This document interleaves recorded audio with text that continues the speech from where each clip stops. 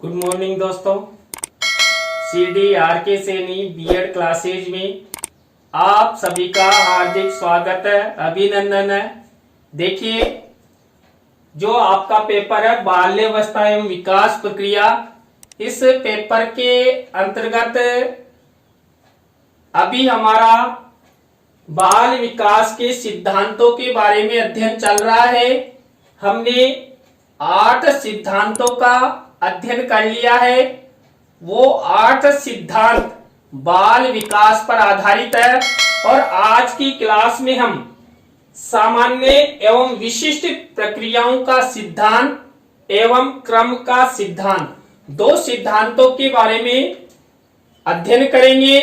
तो टोटल ये 10 सिद्धांत विभिन्न वैज्ञानिकों द्वारा सिद्ध किए हुए हैं और इन्हीं सिद्धांतों के आधार पर बालकों का विकास होता है।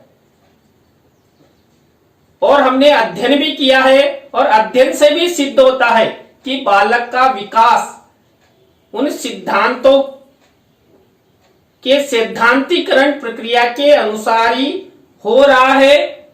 तो आप सब बने रहें हमारे साथ हमारे YouTube चैनल पर।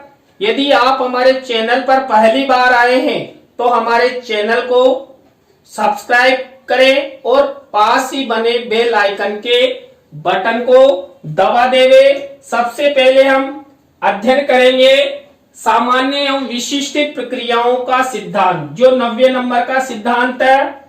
सामान्य एवं विशिष्ट प्रतिक्रियाओं का सिद्धांत। सामान्य एवं विशिष्ट प्रतिक्रियाओं का सिद्धांत क्या होता है, इसमें पहला बिंदु है। देखिए, सामान्य एवं विशिष्ट प्रक्रियाओं के सिद्धांत के अनुसार बालक का विकास सामान्य प्रतिक्रियाओं की ओर से विशिष्ट प्रतिक्रियाओं की ओर होता है। देखिए, जो बालक होता है उस बालक का विकास सामान्य प्रतिक्रियाओं से विशिष्ट प्रतिक्रियाओं की ओर होता है। ये मनोवैज्ञानिकों ने सिद्ध किया है। देखिए, यहाँ पर एक उदाहरण है। नवजात शिशु अपने शरीर के किसी अंग का संचालन करने से पूर्व अपने शरीर का संचालन करता है और किसी विशेष वस्तु की ओर संकेत करने से पूर्व अपने हाथों को सामान्य रूप से चलाता है। देखिए, जो बालक होता है, मान लीजिए कोई बालक कोई वस्तु पकड़ना चाहता है तो सबसे पहले वो अपने हाथों को चलाएगा, यानी कि सामान्य से विशिष्ट की ओर जाएगा। सामान्य से विशिष्ट की ओर उसका विकास होता है। आपने देखा होगा, छोटे बालक जब अपने परिवारजनों की गोदी में जाते हैं तो परिवारजनों को देखकर वो इस तरह से हाथ कर लेते हैं। इस तरह से हाथ करने का आशय ये है कि मुझे गोदी में लो, तो वो हाथों का संचालन करता है।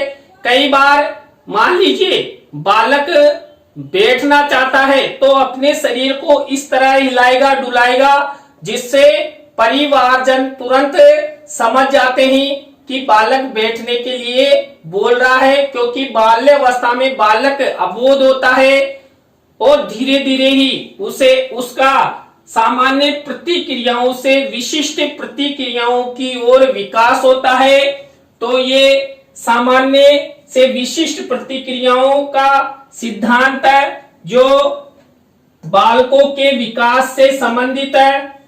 इसके बाद देखिए, हर लोग का कथन है। देखिए, जो सामान्य एवं विशिष्ट प्रतिक्रियाओं का सिद्धांत है, इस सिद्धांत के बारे में हरलोक ने क्या कहा है? हरलोक ने कहा है, विकास की सभी अवस्थाओं में बालक की प्रतिक्रियाएं विशिष्ट करने से पूर्व सामान्य प्रकार की होती है। यानी कि हरलोक ने यही सिद्ध किया है कि सामान्य एवं विशिष्ट प्रतिक्रियाओं के सिद्धांत के अनुसार सबसे पहले बालक का सामान्य विकास होता है, सामान्य वो प्रतिक्रियाएं करता है, उसी के बाद बालक का विशिष्ट विकास होता है, विशिष्ट प्रक्रियाएं उसके द्वारा की जाती है। तो यहाँ पर देखिए पूर्व सामान्य प्रकार की होती है, कब? जब बालक की प्रतिक्रियाएं विशिष्ट प्रकार की जब बालक करता है, उससे पहले बालक सामान्य प्रकार की प्रतिक्रियाएं करता है। देखिए हमारे चैनल का कीवर्ड है CDRK सैनी। CDRK सैनी परिवार की ओर से यूट्यूब चैनल पर जितने भी चैनल संचालित है वो सब CDRK सैनी कीवर्ड द्वारा आप उन्हें सर्च कर सकते हैं। उन पर अपलोडेड वीडियो जैसे संस्कृत से संबंधित, साइकोलॉजी से संबंधित, कंपटीशन से संबंधित, टेक्निकल से संबंधित उन सब वीडियो को देखने के लिए आप गूगल, यूट्यूब, विडमेट, फेसबुक पर CDRK सैनी कीवर्ड द्वारा सर्च कर सकते हैं और हमारे सभी चैनल्स को सब्सक्राइब करते हुए उनके वीडियो का अधिगम कर सकते हैं। अब देखिए हम जो हमारा 10वां सिद्धांत है, क्रम का सिद्धांत। देखिए क्रम का सिद्धांत क्या कहता है। देखिए क्रम के सिद्धांत के अनुसार बालक का गामक और भाषा संबंधी आदि विकास एक निश्चित क्रम में होता है। सर्ले, गेसेल, पियाजे, एमिस आदि ने के जो परीक्षण है वो इस बात को सिद्ध करते हैं कि बालक का विकास क्रम के सिद्धांत के अनुसार होता है। एक निश्चित क्रम होता है जिसके अनुसार ही बालक का क्या होता है, गामक और भाषा संबंधी जो विकास होता है वह विकास क्रम के अनुसार होगा, एक निश्चित क्रम। देखिए अभी हम आगे अध्ययन करेंगे कि कैसे क्रम के अनुसार बालक का विकास होता है। बालक जब गर्भावस्था में होता है उससे लेकर और जब बालक का जन्म हो जाता है और बालक के जन्म के बाद भी बालक का जितना विकास होता है एक निश्चित क्रम में होता है, तो उनके बारे में हम अध्ययन करेंगे। तो देखिए इसमें क्रम के सिद्धांत का एक उदाहरण प्रस्तुत किया गया है। देखिए 32 से 36 माह का बालक वृत्त को उल्टा, यहां पर आप विशेष रूप से समझना कि क्रम का सिद्धांत कैसे सिद्ध होता है। जो 32 से 36 माह का बालक होता है वो वृत्त को उल्टा और 60 माह का बालक सीधा। देखिए जो 32 से 36 माह का बालक होता है वो जो व्रत होता है उसको उल्टा और 60 माह का बालक उसे सीधा और 72 माह का जो बालक होता है वो फिर उसे उल्टा बनाता है। क्यों? देखिए बालक जब बाल्यावस्था में होता है तो बालक को जो व्रत बनाने को दिया जाता है तो वो एकदम से उल्टा भी बना सकता है उसे, क्योंकि वो अबोध होता है, वो नहीं जानता। इसके बाद जब 60 माह यानी 5 वर्ष का बालक विद्यालय में जाता है तो बालक उसे सीधा बनाना सीख जाता है और 72 माह का जो बालक होता है उसे फिर से उल्टा बनाने लगता है, क्योंकि बालक 5 से 6 साल में ही हर चीज को बोध करता है। तो क्रम के अनुसार बालक का विकास होता है।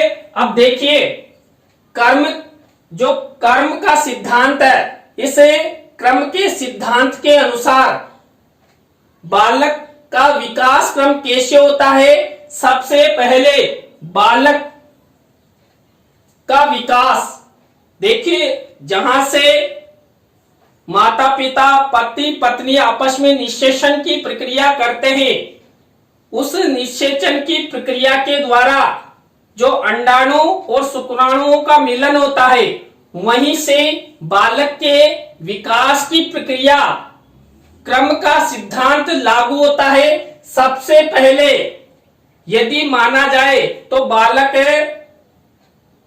के जन्म से पूर्व गर्भ में पूरी अवस्थाएं होती, उसमें पहली अवस्था मानी जाती है गर्भाधान, यानी कि पति और पत्नी द्वारा जब निषेचन की प्रक्रिया की जाती है और जो निषेचन की प्रक्रिया के दौरान अंडाणु और शुक्राणु का मिलन होता है, उस दौरान जो महिला होती है उसके गर्भ ठहरता है, उसमें पहली अवस्था बालक के विकास की गर्भाधान होता है। इसके बाद दूसरी अवस्था होती है जब 1 सप्ताह का समय निकल जाता है, उसे हम भ्रूण अवस्था कहते हैं कि महिला के गर्भ में वो जो अंडाणु और शुक्राणु मिलते हैं वहां पर जो भ्रूण निर्माण की प्रक्रिया होती है 1 सप्ताह के अंतर्गत प्रारंभ हो जाती है। इसके बाद थर्ड अवस्था है 8 सप्ताह में पूर्णतः पता लग जाता है कि महिला के गर्भ रह गया है, यानी बालक बालिका का जन्म होगा, ये थर्ड अवस्था मानी जाती है। इसके बाद फोर्थ अवस्था है जब गर्भ 10 सप्ताह का हो जाता है तो बालक बालिका का विकास क्रम प्रारंभ हो जाता है और उसमें धड़ का विस्तार होता है, यानी कि जो हमारा शरीर होता है इस धड़ का विस्तार प्रारंभ हो जाता है। और इसके बाद नेक्स्ट अवस्था है जब 14 सप्ताह का समय हो जाता है गर्भ का, तो उस समय बालक मां के गर्भ में ही क्या शुरू कर देता, निगलना व चीखना प्रारंभ कर देता है, यानी कि ये गर्भ के दौरान की क्रियाएं हैं, अवस्थाएं हैं। इसके बाद छठी अवस्था होती है 16 सप्ताह का जब गर्भ हो जाता है तो सांस लेने से पूर्व की गतियां बालक मां के गर्भ में शुरू कर देता है। तो ये 6 नंबर की विकास प्रक्रिया हो गई। देखिए बालक का विकास क्रम चल रहा है, एक निश्चित क्रम में चल रहा है। 16 सप्ताह के बाद देखिए जब मां का या महिला का गर्भ 18 सप्ताह का हो जाता है तो गर्भ में ही बालक मुट्ठी बंद करना प्रारंभ कर देता है। इसके बाद 8वीं अवस्था होती है 20 सप्ताह के बाद गर्दन की सहज क्रियाएं मां के गर्भ में वो शुरू कर देता है। बालक, ये सब जन्म के पूर्व की अवस्थाएं बालक के विकास की अवस्थाओं का हम अध्ययन कर रहे हैं। इसके बाद नेक्स्ट अवस्था होती है जब 24 सप्ताह का गर्भ हो जाता है, भ्रूण का निर्माण हो जाता है, तो उस समय बालक मां के गर्भ में शारीरिक व रासायनिक नियंत्रण करना सीख जाता है, यानी कि मां के गर्भ में ही जो पूर्णतः है उसका जो विकास होना है एक निश्चित क्रम के अनुसार बालक का गर्भाधान से लेकर भ्रूण अवस्था से लेकर और शारीरिक व रासायनिक नियंत्रण बालक में प्रारंभ हो जाते हैं। ये सब मां के गर्भ में ही, महिला के गर्भ में ही ये विकास क्रम चल रहा है। इसके बाद नेक्स्ट लास्ट अवस्था होती है 40 सप्ताह का जब गर्भ हो जाता है तो उस समय बालक का जन्म होता है। 40 सप्ताह जन्म से पूर्व की स्थिति आ जाती है। कुल मिलाकर यदि 40 सप्ताह को 7 से मल्टीप्लाई किया जाए तो 9 माह के समथिंग का समय होता है और 9 माह के अंतर्गत 0 से 9 माह में बालक का जन्म हो जाता है। तो इस तरह है ये 10 अवस्थाएं एक निश्चित क्रम में बालक के विकास की प्रक्रियाएं अवस्थाएं मानी जाती है और ये गर्भ की अवस्थाएं भ्रूण निर्माण से लेकर बालक के जन्म तक की मानी जाती है। इसके बाद जब बालक का जन्म होता है उसके बाद की भी 10 अवस्थाएं हैं। उनमें देखिए पहली अवस्था देखिए 0 जन्म हो गया बालक का, यानी कि जिस दिन बालक का जन्म हुआ वो पहली अवस्था मानी जाती है। इसके बाद दूसरी अवस्था हो गई जब बालक 4 सप्ताह का हो जाता है। 4 सप्ताह मतलब 28 दिन का जब बालक हो जाता है जन्म के बाद, तो आंखों पर नियंत्रण करना सीख जाता है, उसका विकास हो जाता है और वो ऐसे लेटा लेटा सामने जो भी वस्तु दिखाई देगी उनकी ओर एकदम टकटकी निगाह से वो देखना प्रारंभ करेगा। इसके बाद थर्ड अवस्था होती है 16 सप्ताह का जब बालक हो जाता है तो उसके सिर का संतुलन, यानी अपने सिर का वो संतुलन करना प्रारंभ कर देता है, सिर को हिलाने डुलाने लग जाता है। और मैंने पहले जब हमने सिद्धांतों का अध्ययन किया था बाल विकास के, तो मैंने आपको बताया था कि सबसे पहले बालक के सिर का विकास होता है और उस सिर के विकास के बाद ही जो शरीर का नीचे का भाग है उसका विकास होता है। चौथी अवस्था मानी जाती है जब बालक 40 सप्ताह का हो जाता है तो हाथों से पकड़ने की चेष्टा करता है, यानी कि किसी भी वस्तु को हाथ से पकड़ने की चेष्टाएं बालक करने लग जाता है। इसके बाद देखिए 12 माह का जब बालक हो जाता है, यानी 1 वर्ष का जब बालक होता है तो बालक खड़ा होना सीख जाता है। तो यहाँ पर एक निश्चित क्रम में बालक का विकास हो रहा है। नेक्स्ट 6 नंबर की अवस्था देखिए, जब बालक 18 माह यानी 1.5 वर्ष का हो जाता है तो बालक बोलना शुरू कर देता है। एकदम से अच्छा भी नहीं बोलता, लेकिन कुछ शब्द व कुछ शब्द समूह को बालक बोलना शुरू कर देता है, जैसे माँ, पा, बा, इस तरह के शब्दों का यूज बालक करने लग जाता है।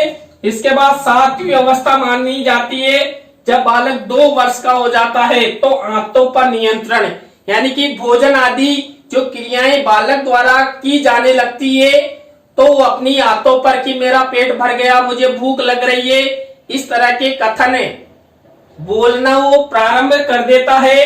इसके बाद 8वीं अवस्था मानी जाती है जब बालक 3 वर्ष का हो जाता है तो बालक वाक्य बोलना प्रारंभ कर देता है, यानी कि छोटे छोटे सेंटेंस जो बालक अनुकरण द्वारा सीखता है वो बोलना प्रारंभ कर देता है। कब? जब बालक की 8वीं अवस्था होती है, बालक के जो क्रम वाइज विकास हो रहा है उसमें बालक 8वीं अवस्था में बोलने लगता है। इसके बाद 9वीं अवस्था है जब बालक 4 वर्ष का हो जाता है तो संख्या व आकार का ज्ञान प्राप्त करने लग जाता है, संख्याओं को पहचानने लग जाता है।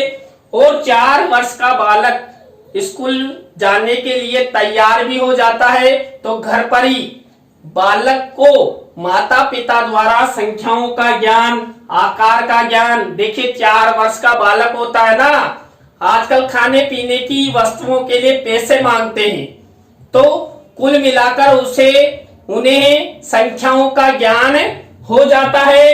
इसके बाद 10वीं अवस्था है क्रम के सिद्धांत की। 5 वर्ष का जब बालक हो जाता है सामाजिक एवं किंडरगार्टन में पढ़ना शुरू कर देता है, यानी चित्रों को देखकर विद्यालय जाने लगता है और विद्यालय में किंडरगार्टन पद्धति से वो पढ़ना शुरू कर देता है। तो देखिए यहाँ पर हमने भ्रूण अवस्था यानी कि जब